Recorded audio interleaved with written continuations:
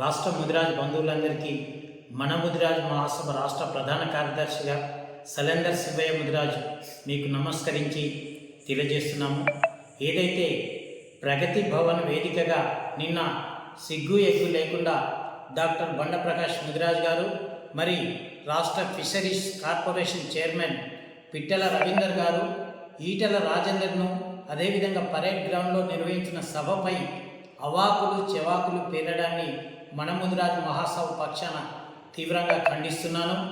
ఏదైతే కులాన్ని జాగృతం చేయడానికి ఈటెల రాజేందర్ 2013 నుండే నిన్ను ఒక హోదాకు తెచ్చి నీకు రాజ్యసభ ఇచ్చి ఒక రాష్ట్ర ప్రధాన కార్యదర్శిగా బాధ్యతలు ఇప్పించిన నిన్ను ఇవాళ నువ్వు ఎందుకంటే ఒక ఈటెల రాజేందర్ని విమర్శించే స్థాయి నీది కాదు.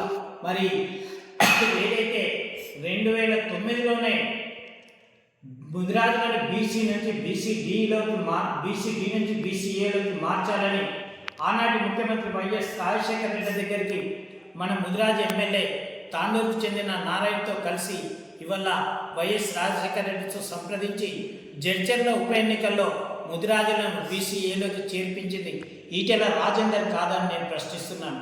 నిన్ను రాజ్యసభకు చేతులు పట్టుకపోయి ప్రగతి భవన్లో కూర్చుండబెట్టి రాజ్యసభకు పంపింది కాదని గుండెల మీద చేతేసుకొని చెప్పుమని ఈ సందర్భంగా నేను ప్రశ్నిస్తున్నాను.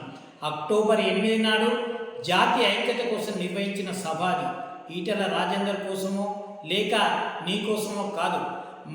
మొన్న మీ అధికార పార్టీ ప్రకటించిన అభ్యర్థుల్లో 115 మందిలో ఒక్క అభ్యర్థి కూడా మన ముదిరాజు బిడ్డ లేకపోవడాన్ని రాష్ట్ర ముదిరాజులందరూ జీర్ణించుకోలేకపోయినా నువ్వు మాత్రం నిమ్మకు నీరెత్తినట్టు వివరించి ఇంతవరకు కూడా దాని మీద ఒక్క మాట కూడా మాట్లాడలేదు. పైగా నీ తప్పిని కప్పిపుచ్చుకోవడానికి గతంలో ఎప్పుడైనా ఇచ్చిందా, మన వాళ్ళు ఎప్పుడైనా ఉన్నారా అని నువ్వు ఒక మూర్ఖంగా మాట్లాడినావు. దీన్ని నేను ఎవరు కూడా ముదిరాజు బిడ్డలు సహించరు. బరాబరి ఈటెల రాజేందర్ కుల రాజకీయాలు చేస్తారు. నీకు దమ్ముంటే అదే పరేడ్ గ్రౌండ్లో కనీసం 5,000 మందితో సభ నిర్వహించు, అప్పుడు నువ్వు ముదిరాజు బిడ్డవని మేము చెప్పుకుంటాం. కానీ నీ ఫోటో అంటేనే అది చెల్లని రూపాయి. నీ ఫోటో అంటే ముదిరాజుల్లో చెల్లని రూపాయి అని మొన్ననే నిరూపమైంది. నువ్వు ఏనాడైతే ఈటెల రాజేందర్ని బర్తరఫ్ చేసినాడు అధికార పార్టీ వైపు మొగ్గినవో ఆనాడే నువ్వు ముదిరాజు బిడ్డగా నిన్నెవరు గుర్తించలేరు. హుజురాబాద్ ఎన్నికల్లో నువ్వు ఎన్ని కోట్లు తీసుకొని ప్రచారం చేసినా నిన్ను అక్కడ తిప్పికొట్టారన్న సంగతి మర్చిపోయావు. బిడ్డ బండ ప్రకాష్ ముదిరాజు గారు, మీకున్న గౌరవాన్ని ఇంకా ఉంచుకోండి. అనవసరంగా మీరు ముదిరాజులపై కానీ ఈటెల రాజేందర్పై కానీ తెలంగాణ మన ముదిరాజు మహాసభ కానీ ఎలాంటి వ్యాఖ్యలు చేసినా రాష్ట్రంలో నిన్ను ముదిరాజు ఎక్కడ తిరగనివ్వరనేది గుర్తుంచుకోవాలని ఈ సందర్భంగా మీకు విజ్ఞప్తి చేస్తున్నాం. ఇకపై నుండి ప్రగతి భవన్ వేదికగా చౌకబారు విమర్శలు చేయడం అనేది మానుకోండి.